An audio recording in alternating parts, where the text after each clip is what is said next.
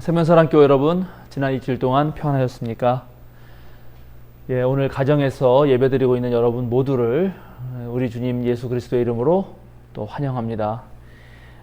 오늘은 사순절 첫째 주일입니다. 정말 우리가 이렇게 예배드릴 줄은 몰랐는데 오늘은 다들 가정에서 동영상으로 예배하게 됩니다. 제가 미리 예배 안내를 드린 대로 오늘 여러분 나눠드린 주보를 참조하셔서 여러분들이 스스로 찬송도 부르시고 또 기도문은 우리 교단에서 나온 매일매일의 기도문들이 있는데 그 기도문을 여러분에게 드렸습니다. 그 기도문을 잘 참조하셔서 예배드리면 될 것 같습니다. 동영상으로는 오늘 성서 본문 봉독과 그 다음에 설교를 올려드리도록 하겠습니다. 코로나19 이 상황이 안정되도록 여러분 기도해 주시고 또 우리가 이제 얼굴과 얼굴을 맞대고 예배드리는 그날이 빨리 올 수 있도록 여러분 함께 기도해 주시고 그때까지 여러분 건강에 유의하시기 바랍니다. 그럼 이제 우리 조용히 묵상하심으로써 3월 1일 사순절 첫째 주일 예배를 드리도록 하겠습니다. 기도하시겠습니다.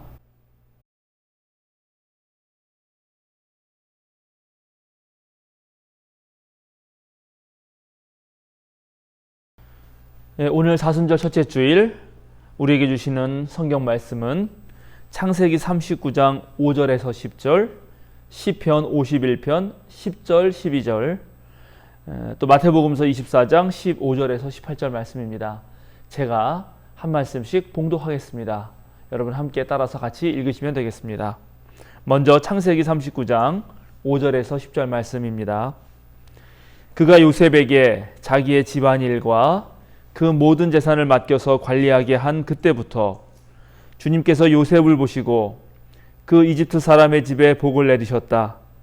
주님께서 내리시는 복이 주인의 집 안에 있는 것이든지 밭에 있는 것이든지 그 주인이 가진 모든 것에 미쳤다. 그래서 그 주인은 자기가 가진 모든 것을 요셉에게 맡겨서 관리하게 하고 자기의 먹거리를 빼고는 아무것도 간섭하지 않았다. 요셉은 용모가 준수하고 잘생긴 미남이었다. 일이 이렇게 된 지 얼마 지나지 않아서 주인의 아내가 요셉에게 눈짓을 하며 나하고 침실로 가요 하고 꾀었다. 그러나 요셉은 거절하면서 주인의 아내에게 말하였다. 주인께서는 모든 것을 나에게 맡겨 관리하게 하시고는 집안일에는 아무 간섭도 하지 않으십니다. 주인께서는 가지신 모든 것을 나에게 맡기셨으므로 이 집안에서는 나의 위에는 아무도 없습니다. 나의 주인께서 나의 마음대로 하지 못하게 한 것은 한 가지뿐입니다. 그것은 마님입니다. 마님은 주인 어른의 부인이시기 때문입니다. 그런데 내가 어찌 이런 나쁜 일을 저질러서 하나님을 거역하는 죄를 지을 수 있겠습니까? 요셉이 이렇게 말하였는데도 주인의 아내는 날마다 끈질기게 요셉에게 요구해왔다. 요셉은 그 여인과 함께 침실로 가지도 않았을 뿐만 아니라 아예 그 여인과 함께 있지도 않았다. 다음 말씀은 시편 51편 10절에서 12절 말씀입니다. 하나님, 내 속에 깨끗한 마음을 창조하여 주시고 내 속을 견고한 심령으로 새롭게 하여 주십시오. 주님 앞에서 나를 쫓아내지 마시며 주님의 성령을 나에게서 거두어 가지 말아 주십시오. 주님께서 베푸시는 구원의 기쁨을 내게 회복시켜 주시고 내가 지탱할 수 있도록 내게 자발적인 마음을 주십시오. 마지막으로 마태복음서 24장 15절에서 18절 말씀을 봉독합니다. 그러므로 너희는 예언자 다니엘이 말한 바 황폐하게 하는 가증스러운 물건이 거룩한 곳에 서 있는 것을 보거든 그때 유대에 있는 사람들은 산으로 도망하여라. 지붕 위에 있는 사람은 제 집 안에 있는 물건을 꺼내려고 내려오지 말아라. 밭에 있는 사람은 제 겉옷을 가지러 뒤로 돌아서지 말아라. 아멘. 오늘 이어서 곧바로 이 본문 말씀 가지고 태산을 넘어 험곡에 가도라는 제목으로 하나님 말씀을 여러분에게 전하려고 합니다. 세면사랑교회 여러분, 지금 우리 사회는 초유의 사태를 맞이하고 있습니다. 지금까지 발견된 적이 없었던 새로운 즉 코로나19 바이러스로 인해서 지금 우리의 모든 일상이 예전 같지는 않습니다.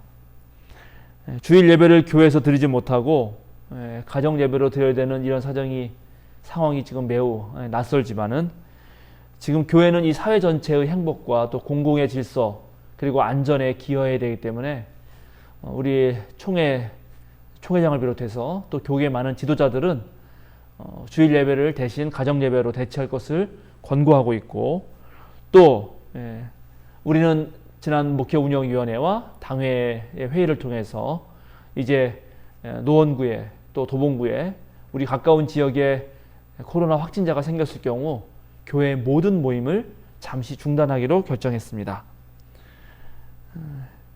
이제 교회 전체 카톡방과 또 홈페이지 그리고 다음 카페를 통해서 우리 교회 소식을 계속 여러분에게 전해드리고 또 함께 말씀을 나누고 또 기도하는 시간을 갖도록 하겠습니다.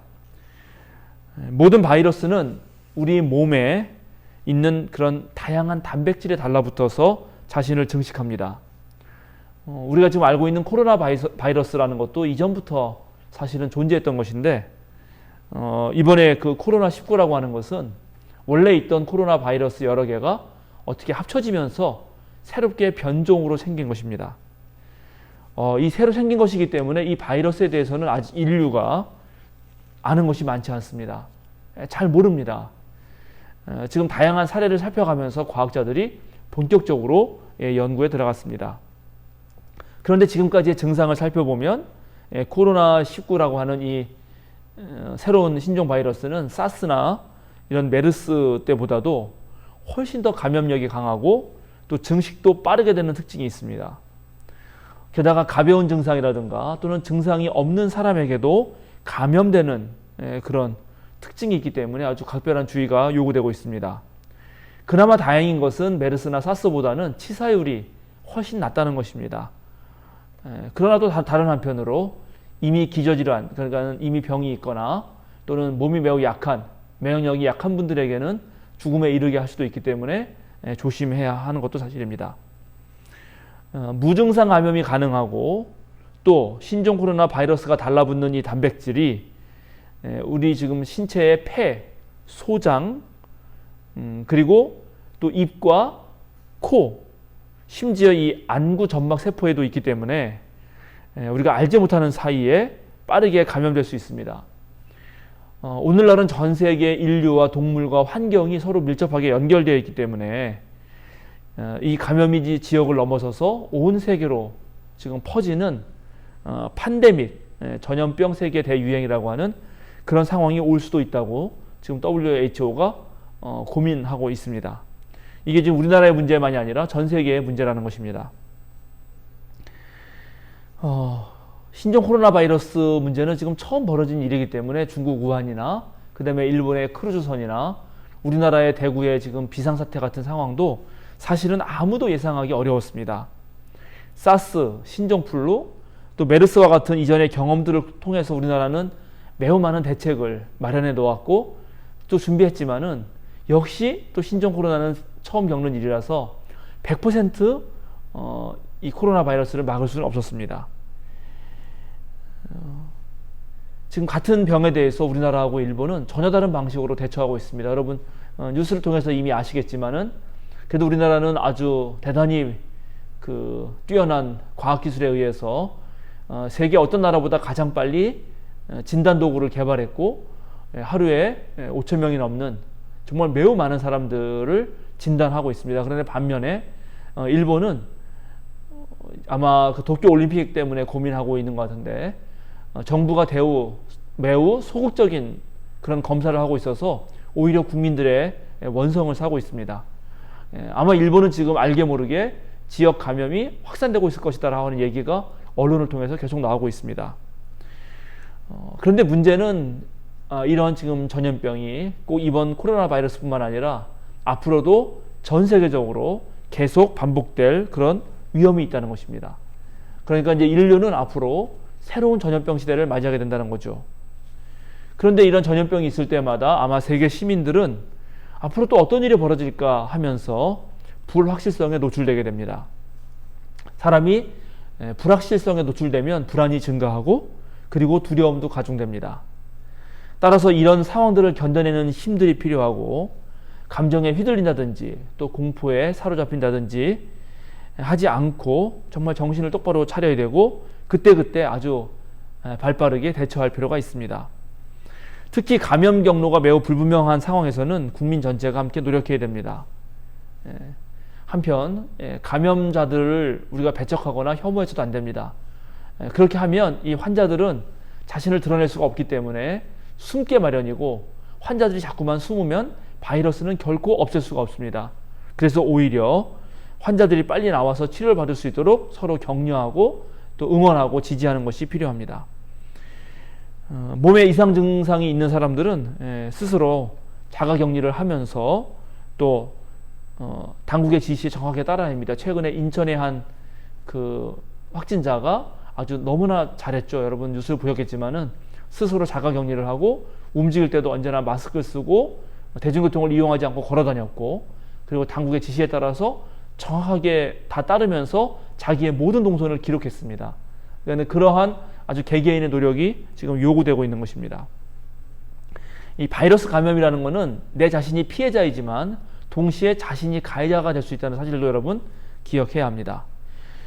대한의사협회가 지난 28일 권고문을 통해서 자녀들이 개학을 한 주 연기했으니까 이제 모든 국민들이 그 3월 첫 주, 그러니까 오늘부터 지금 진행되는 한 주간이죠. 이 한 주간은 큰 비가 눈이 오는 것처럼 밖에 나가지 말고 집안에만 머물러 주시기를 제안했습니다. 그러니까 지금은 외출을 최소화하고 불필요한 접촉을 줄이는 일종의 사회적 거리두기가 절실하게 필요하다고 하는 것입니다. 저도 다양한 활동을 하고 있는데 제가 지금은 수요 사경에만 빼놓고는 거의 모든 약속들이 취소돼서 지금은 집과 교회만을 왔다 갔다 하고 있습니다. 아마도 당분간은 저와 여러분 모두가 여러분의 생활 반경을 정말 최소화하고 동선을 줄이는 그런 것이 필요하다 생각합니다. 이번 사태를 겪으면서 갑자기 부각된 단체가 바로 신천지 예수교 증거장막 선전입니다. 줄여서 우리가 신천지라고 그냥 흔히 부르죠. 한국에서 창궐하는 정말 매우 많은 이단 종파가 있는데 그 중에 한 종파입니다. 그동안 이들의 비도덕한 그런 행태는 우리 개신교 사이에서만 좀 알려진 편이었는데 이번에 반사회적 행동들을 계속 하고 있기 때문에 이제 전면적으로 드러나게 됐습니다. 사실 그동안 저는 정통 교단에 문제가 생길 때 바로 이단이 생기는 것이다 이렇게 생각해 왔습니다. 그래서 이단의 문제에 관심하기보다는 기존의 교회에 올바로 하나님 말씀을 전하고 또 성경 공부를 하는데 더 집중해 왔습니다. 그런데 이번 코로나19의 급진적인 확산과 또 신천지의 예배와 그리고 모임 활동이 밀접하게 연결되면서 저도 신천지에 대해서 좀 알아보게 됐습니다. 다양한 동영상이 있고 또 이 분야의 전문가들이 있는데 여러분에게 추천드리고 싶은 영상은 2015년에 CBS에서 8부작으로 기획한 신천지에 빠진 사람들이라는 그런 다큐멘터리입니다. 인터넷으로 쉽게 찾아볼 수 있습니다. 여러분 한번 시청하시면 좋을 것 같고요. 또 그 다음에 조 믿음 목사님이 운영하는 바른 미디어라고 하는 또 그런 유튜브가 있는데 그것도 아주 유용합니다. 제가 아는 대구의 한 그 목사님이 페이스북에 이런 글을 최근에 올렸습니다. 제가 읽어드리겠습니다. 우리 교회에서 몇 킬로미터 떨어져 있는 교회, 약 800명 정도 되는 규모의 교회가 코로나 바이러스로 인해 폐쇄되었다. 확진자가 나왔는데 그 확진자가 권사님, 장로님의 아내였다. 또 확인해 보니 신천지였다. 그런 분을 대한예수교 장로의 무슨 교단 소속인 권사님이라고 말해야 될까? 아니면 신천지 교인이라고 해야 할까?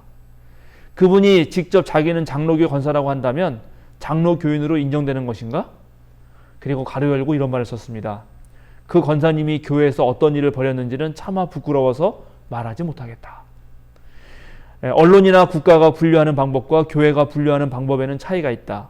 그것은 혐오가 아니라 교회가 생존하고자 하는 눈물겨운 노력이다. 대구 교회들마다 비상이다. 나도 대구에 신천지 교인이 이렇게 많은 줄 몰랐고 그들이 교회에 이렇게 깊이 들어와 있는 줄 몰랐다. 코로나 사태가 끝나면 대구 지역의 교회들마다 회개운동, 정화운동, 바른 신앙운동이 일어나야 할 것 같다. 대구와 대구의 교회들을 위해서 기도해 주시기 바랍니다. 저랑 같이 공부했던 목사님이셔서 제가 전화도 해서 안부도 묻고 했습니다만, 지금 이 코로나 사태와 관련해서 신천지가 문제가 되는 것은 우선 이들이 좁은 공간에 매우 많은 사람들이 다닥다닥 붙여 앉아서 예배를 드리고 교육을 받는다는 것입니다. 그리고 또 무척 모임이 많기 때문에 그런 아주 밀접한 거리에서 앉아서 모임을 하는 경우가 너무나 많고, 그것 때문에 이제 감염의 숫자와 속도가 점점 늘어나고 있다는 거죠.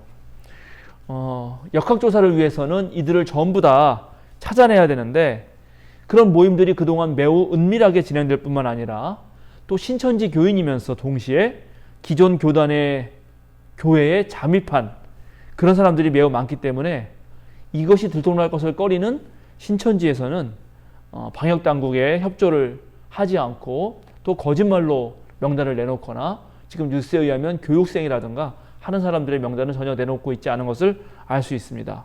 바로 이것이 문제입니다. 이들이 동영상을 통해서 코로나19 사태에 대한 공식 입장을 밝혔는데, 그러면서 자신들이 최대 피해자라고 얘기했습니다. 그런데 이거 아까 제가 말씀드린 대로 이 감염된 그런 감염 환자는 자신이 피해자이지만 동시에 가해자가 될 수 있다고 하는 그 특징을 간과한 것이고, 또 한편 신천지 교주 이만희가 이번 일을 두고 뭐라고 말했냐면, 근본 병마 사건은 신천지가 급성장됨을 마귀가 보고 이를 저지하고자 일으킨 마귀의 짓이라고 말했습니다.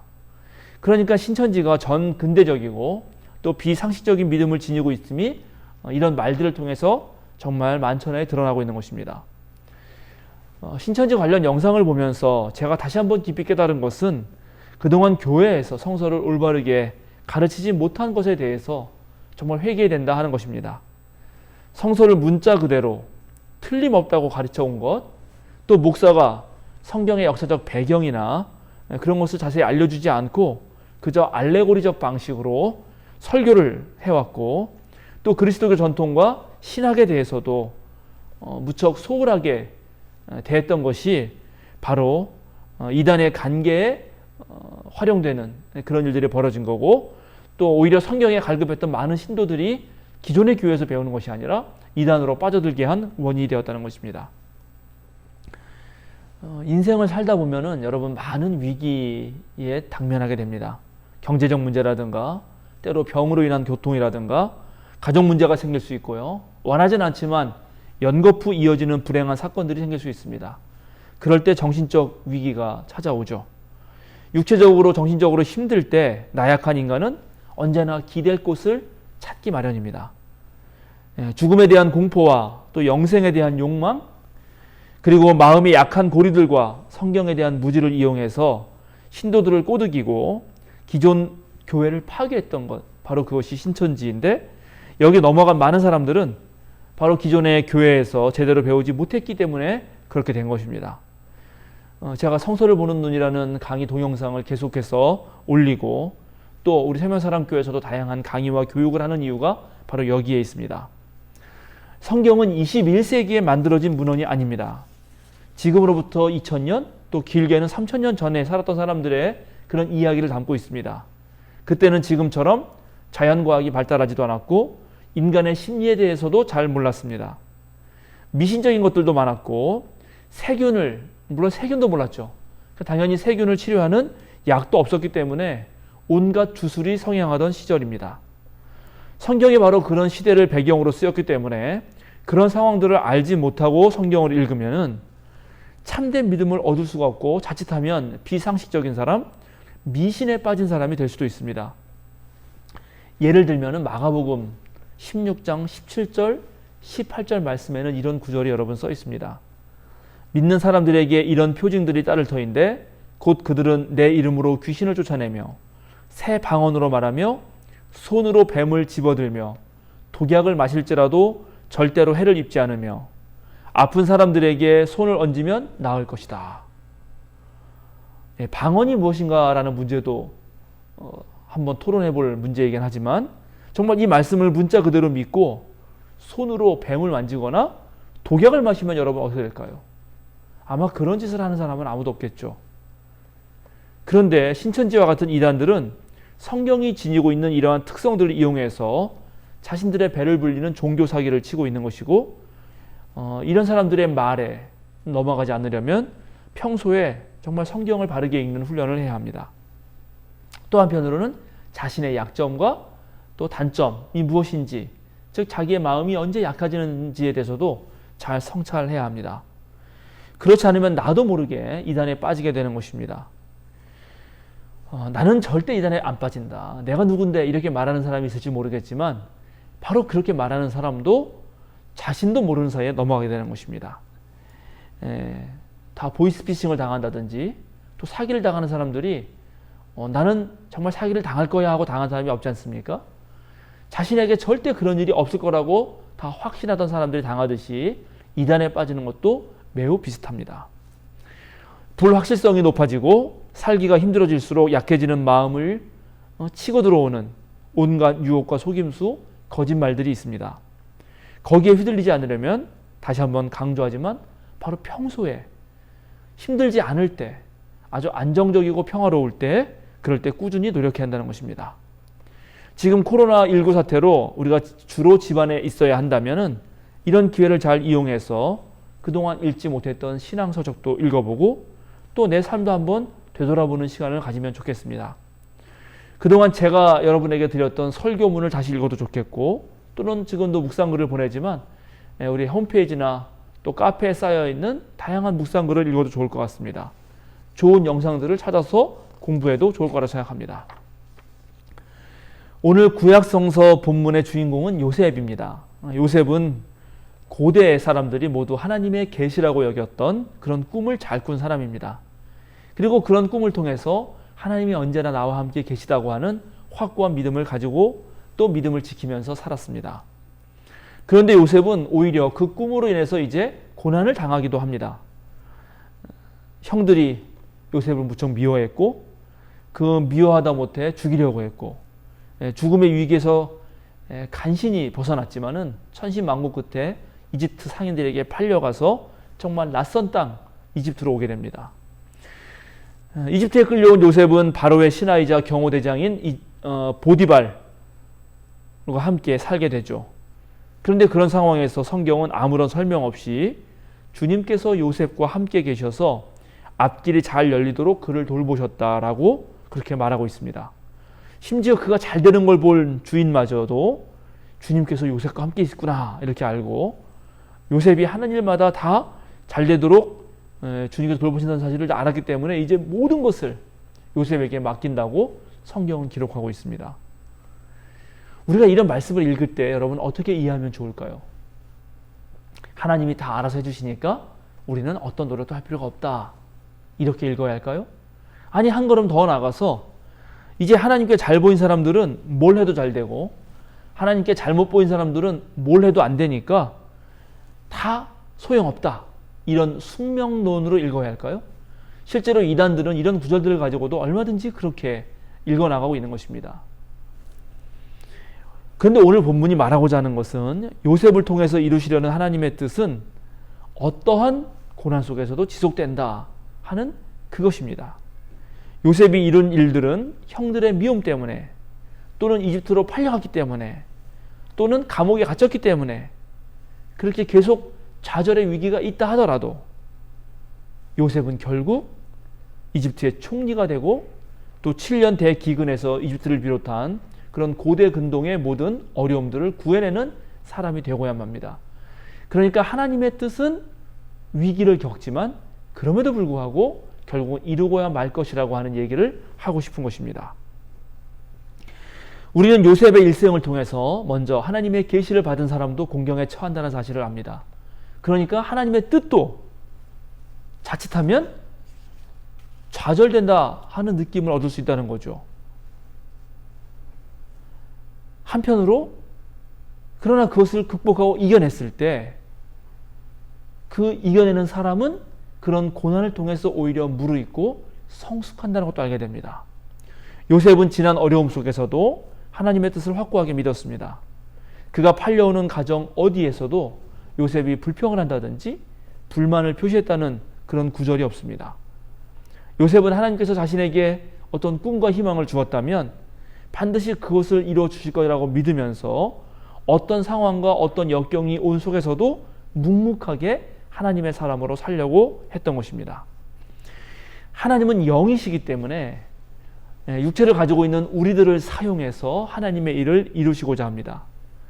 그런데 우리가 약한 우리가 일을 하다 보면은 정말 실패할 때도 있고 또 우리 자신이 문제를 일으키기도 해서 야, 이거 정말 안 되는 거 아닌가 하는 느낌을 받을 때가 있습니다. 그러나 쉽게 포기하지 말고 잘 견뎌내면서 위기와 어려움을 이겨낸다면 반드시 하나님의 뜻은 성취될 뿐만 아니라 그런 모든 과정을 통해서 우리는 하나님의 사람으로 계속 거듭나게 되는 것입니다. 보통 성공이 눈앞에 왔는데도 그것을 모르고 도중에 그만두기 때문에 실패합니다. 그런 사람들은 보통 견디는 힘이 약하죠. 그런데 오늘 요셉은 끝까지 견디는 힘을 가지고 있습니다.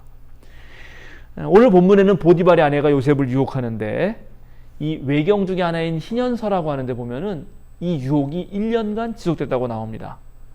그런 상황에서도 요셉은 그런 모든 유혹을 물리쳤다 하는 것입니다. 바로 요셉이 어떤 사람인지를 보여주죠. 오늘 요셉은 여인의 유혹을 물리치며 두 가지 이유를 말합니다. 첫째는 나는 내 주인의 명령에 철저히 복종하겠다 하는 것이고, 둘째는 나는 나쁜 짓을 해서 하나님을 거역할 수 없다라는 것입니다. 지금 요셉은 자신의 자리가 위태로울까 봐 이 주인 마님의 요청을 거절하는 것이 아닙니다. 만약에 요셉이 정말 나쁜 마음을 먹고 이 주인 마님과 한통속이 된다면 어쩌면 가장 강력한 힘을 얻을지도 모릅니다. 이제 최고가 되는 것입니다. 그러나 요셉은 보디발과의, 즉 자기 주인과의 신뢰관계를 중시 여기고 주인을 배신하지 않습니다. 그가 하나님 앞에서 자신의 양심을 지키고 형들이 시기하고 질투했음에도 불구하고 하나님께서 나를 믿어주신 것처럼 이제 요셉도 다른 사람들을 믿을 줄 알고 또 내가 먼저 남을 배신하는 그런 일을 하지 않는 것입니다. 바로 이런 사람이었기 때문에 주님께서 내리시는 은총과 복을 요셉은 받을 수 있었던 것입니다. 오늘날 자본주의 사회에서 너무나 많은 사람들이 자기의 이익을 위해서 신의를 쉽게 배신합니다. 저버립니다. 사람을 소중하게 여기지 않고 이 사람 만날 때 다르고 저 사람 만날 때 다르고 어제가 다르고 오늘이 다릅니다. 그래서 갈수록 불신은 높아지고 불안이 쌓여갑니다. 요셉은 자신의 유혹에 넘어가지 않기 위해서 가능한 여주인과 함께 있는 자리를 피하려고 합니다. 미연에 방지하려는 거죠. 미리 준비하는 것에 철저합니다. 그렇습니다. 바로 요셉은 이렇게 늘 준비하던 사람이었던 것입니다. 이제 21세기를 사는 우리가 무엇을 준비해야 될까요? 오늘 시편 저자는 자신 안에 있는 깨끗한 마음을 창조해달라고 하나님께 간구합니다. 그는 견고한 심령으로 자신이 새롭게 되기를 또 기도하고 있습니다. 예수님은 산상설교에서 마음이 깨끗한 사람이 하나님을 볼 것이라고 말했습니다. 또 예언자 에스겔은 하나님께서 우리에게 새로운 마음을 주시고 우리의 마음속에 새로운 영을 넣어주시고 우리 몸에서 돌 같은 그런 굳은 마음을 없애고 살같처럼 부드러운 마음을 주시고 우리 속에 하나님의 영을 직접 두어서 이제 우리가 하나님의 모든 계명을 실천하게 될 것이라고 말하고 있습니다. 그래서 우리가 만약에 하나님의 뜻과 계명을 실천한다면은 우리에게 허락하신 이 세상의 삶에서 우리는 잘 되고 복을 받을 것이라고 말하고 있습니다. 21세기는 무엇보다도 불확실성의 세계, 그래서 불안과 두려움, 공포가 늘 존재하는 시대가 될 것입니다. 이때 우리는 마음을 깨끗하게 할 줄 알아야 합니다. 깨끗하게 한다는 것은 성경에서 대체적으로 두 마음을 갖지 않는다는 것을 말합니다. 즉 하나님과 재물을 동시에 섬길 수 없는 것입니다. 온전히 하나님을 올바르게 섬길 때 우리는 주님께서 베푸시는 그런 기쁨을 누리고 또 내면으로부터 솟아나는 내가 하고 싶어서 하는 그런 자발적인 어떤 마음으로 내 삶을 유지해 갈 수 있습니다. 오늘 마태복음서는 황폐하게 하는 가증스러운 물건이 거룩한 것이 서는 곳을 볼 때 그것을 얼른 피하라고 말하고 있습니다. 이 말을 하게 되는 역사적 배경은 기원전 167년경에 있었던 사건인데, 당시 팔레스타인 땅을 지배하던 그런 시리아의 왕인 안티오쿠스 4세 에피파네스가 예루살렘 성전에 들어가서 하나님의 제단이 있는 곳에 제우스 신상을 세워놓는 일이 발생했습니다. 이러한 신성 모독 사건들은 사실은 기원 후에도 계속됩니다. 칼리굴라가 자신의 상을 예루살렘 성전에 세우려고 했고, 이제 70년이 되면은 티투스 황제가 바로 예루살렘 성전을 완전히 파괴해버리죠. 즉, 황폐하게 하는 가증스러운 것, 아주 혐오스러운 것이 거룩한 곳에 선다는 말은 악이 무성하다, 너무 죄악이 만연해서 고통이 심하게 되는 때를 가리키는 것입니다. 지금 우리 사회는 코로나19 바이러스로 비상사태를 맞이했지만 사실 이럴 때일수록 우리가 챙겨야 하는 것은 우리의 정신입니다. 코로나19 사태가 터지자 어떤 교회 목사님들은 중국 정부가 교회를 탄압했기 때문에 하나님이 심판을 내린 것이다, 그래서 회개하면서 예배를 드리면 신종 코로나 바이러스가 멈춘다, 그렇게 설교했습니다. 또 어떤 목사는 이름을 잘 지어야 한다면서 정세균 국무총리가 취임한 지 얼마 안 돼서 세균이 한국을 강타한다 라는 말도 안 되는 소리를 했습니다. 우리는 신천지의 비상식적인 행동을 규탄하고 비판하지만 그동안 한국 개신교 또한 이러한 맹목적인 아주 무지몽매한 설교를 들어가며 무지함을 믿음으로 착각하고 또 기적을 바라고 물질적 성공이 마치 하나님의 은총인 양 왜곡시켜온 그런 역사가 있습니다. 그 폐단이 이제 신천지를 통해서 나타났던 것입니다. 사랑하는 생명사랑교회 여러분, 우리는 상식을 지녀야 합니다. 그런데 그 시대마다 상식이 달라집니다. 그래서 우리는 노력하지 않으면 나도 모르게 시대의 상식을 따라가지 못하고 구습에 물든 채 살아가게 됩니다. 그래서 우리의 말과 행동이 바뀌려면 기민하게 모든 악으로부터, 모든 잘못된 것으로부터 벗어나려고 노력해야 합니다. 옛것에 미련을 두고 다시 집으로 돌아가는 일이 없어야 합니다. 오늘 마태복음서가 우리에게 알려주는 것입니다. 우리가 코로나19라고 부르고 이것을 우한 폐렴이라고 부르지 않는 이유는 세계보건기구가 2015년 표준 지침을 발표하면서 지리적 위치라든가 사람 이름이라든가 동물이라든가 식품 종류라든가 문화 또는 주민이라든가 국민 또는 산업, 직업군을 병명에 사용하지 말라고 권고했기 때문입니다. 여러분, 이것이 상식입니다. 그러나 아직도 우한 폐렴이라고 말하는 사람들이 많이 있습니다.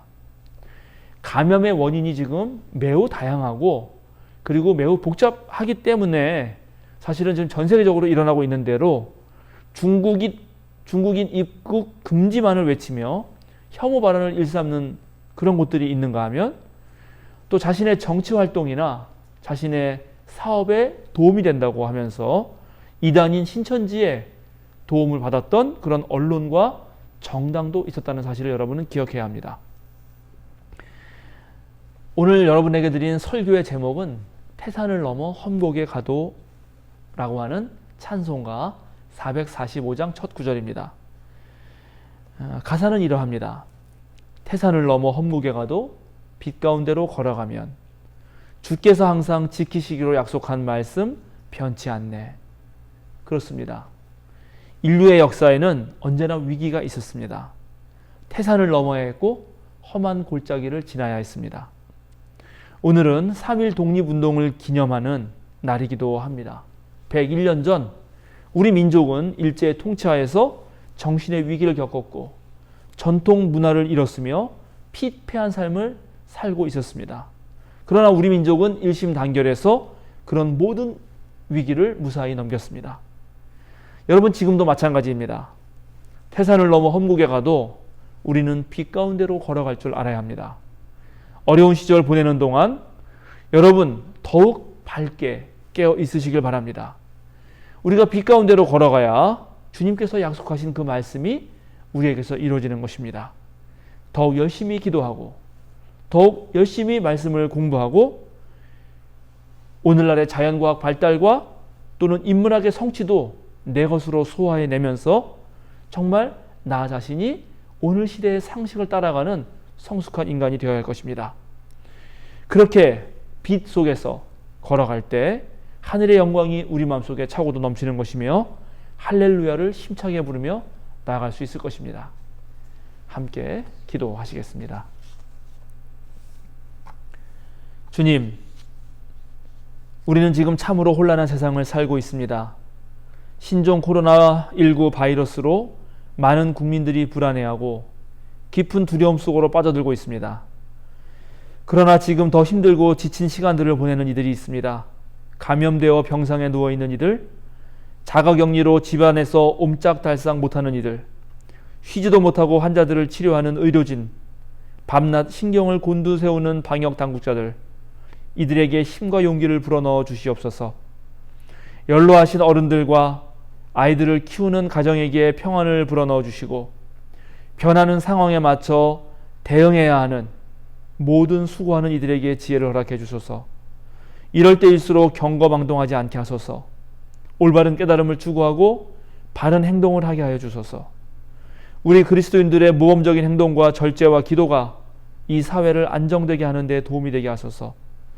하나님의 사랑을 드러내고 주님께서 주신 평화의 힘을 보이게 하시고 두려워 말라고 하신 주님 예수 그리스도의 말씀을 기억하게 하여 주소서. 태산을 넘어 험목에 가도 온전히 빛이신 주님만을 따르게 하소서. 이번 사태를 겪으며 탐욕과 헛된 욕망으로부터 벗어나게 하시고 우리가 가꾸어야 할 그런 문명이 어떠한 모습이어야 할지 성찰하는 시간이 되게 하소서. 교회가 마땅히 해야 할 일들을 행하고 가르치게 하여 주소서. 우리 주님 예수 그리스도의 이름으로 기도드립니다. 아멘. 사랑하는 생명사랑교회 여러분, 저 세상으로 다시 한번 힘차게 나아가십시오. 자유인으로 사십시오. 코로나19의 위기가 온다 하라도 움츠러들지 말고 세상에 함께 애쓰는 사람들과 함께 힘껏 노력합시다. 태산을 넘어 험곡에 가도 온전히 주님의 빛에 따라 걸어가는 여러분들이 되십시오. 축도하겠습니다. 이제는 우리 주 예수 그리스도의 그 무한하신 은혜와 또 하나님의 사랑과 성령의 거룩한 사귐이 혼란한 가운데서도 길을 잃지 않고 정신을 차리며 온전히 주님의 길을 걸어가려고 하는 우리 생명사랑 교우들 위해 지금부터 영원토록 함께 하시기를 간절히 축원하옵나이다. 아멘.